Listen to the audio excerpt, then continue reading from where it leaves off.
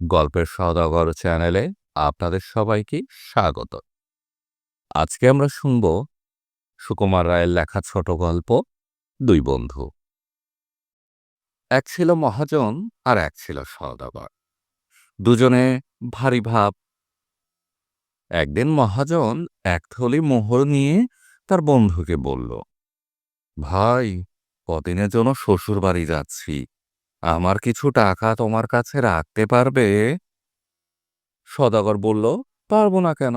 তবে কি জানো, পরে টাকা রাখা আমি পছন্দ করিনি। তুমি বন্ধু মানুষ, তোমাকে আর কি বলবার আছে। আমার ওই সিন্দুকটি খুলে তুমি নিজেই তার মধ্যে তোমার টাকাটা রেখে দাও, আমি ও টাকা ছুব না। তখন মহাজন তার থলে ভরা মোহর সেই সওদাগরের সিন্দুকের মধ্যে রেখে নিশ্চিন্ত মনে বাড়ি ফিরে গেল। এদিকে হয়েছে কি, বন্ধু যাবার পরেই সওদাগরের মনটা কেমন উসখুস করছে। সে কেবলই ওই টাকার কথা ভাবছে, আর মনে হচ্ছে যে বন্ধু না জানে কি রেখে গেছে, একবার খুলে দেখতে দোষ কি।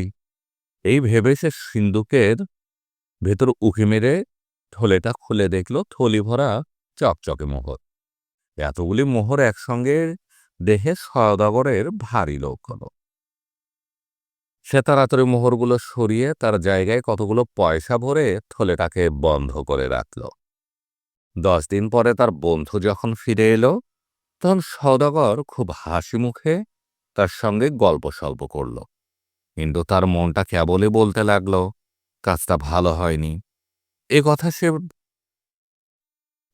সে কথার পর মহাজন বলল, তাহলে বন্ধু, আজকে টাকাটা নিয়ে এখন উঠি, সেটা কোথায় আছে? সওদাগর বলল, হ্যাঁ বন্ধু, সেটা নিয়ে যাও, তুমি যেখানে রেখেছিলে সেখানেই পাবে, আমি থলিটা আর সরাই। বন্ধু তখন সিন্দুক খুলে তার থলিটা বের করে নিল। কিন্তু কি সর্বনাশ, থলি ভরা মোহর ছিল, সব গেল কোথায়?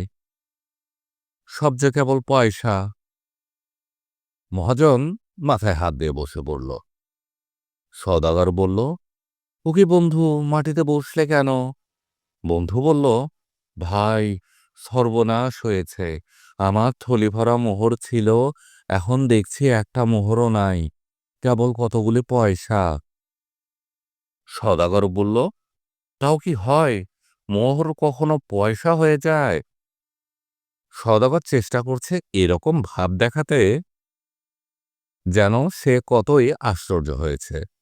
কিন্তু তার বন্ধু দেখল তার মুখখানা একেবারে ফ্যাকাশে হয়ে গেছে।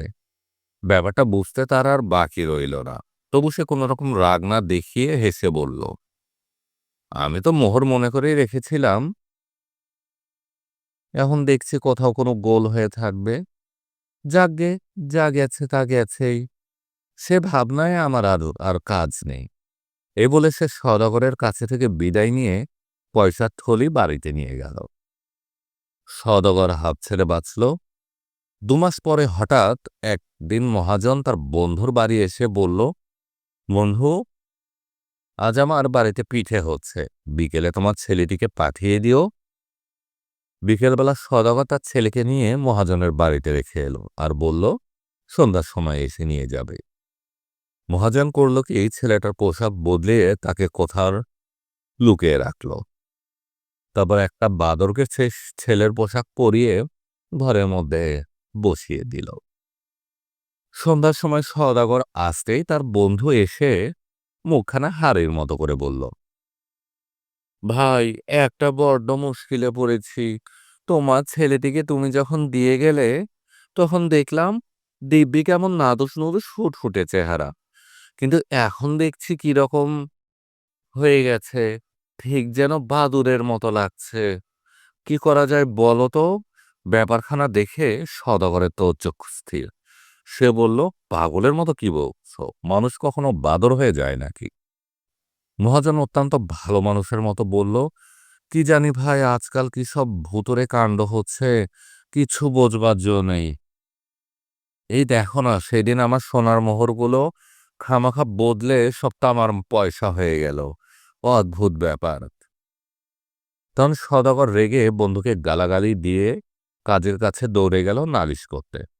কাজের হুকুমে 4 পেয়াদা এসে মহাজনকে পাকড়াও করে কাজীর সামনে হাজির করল। কাজী বললেন, তুমি এ ছেলেকে কি করেছ?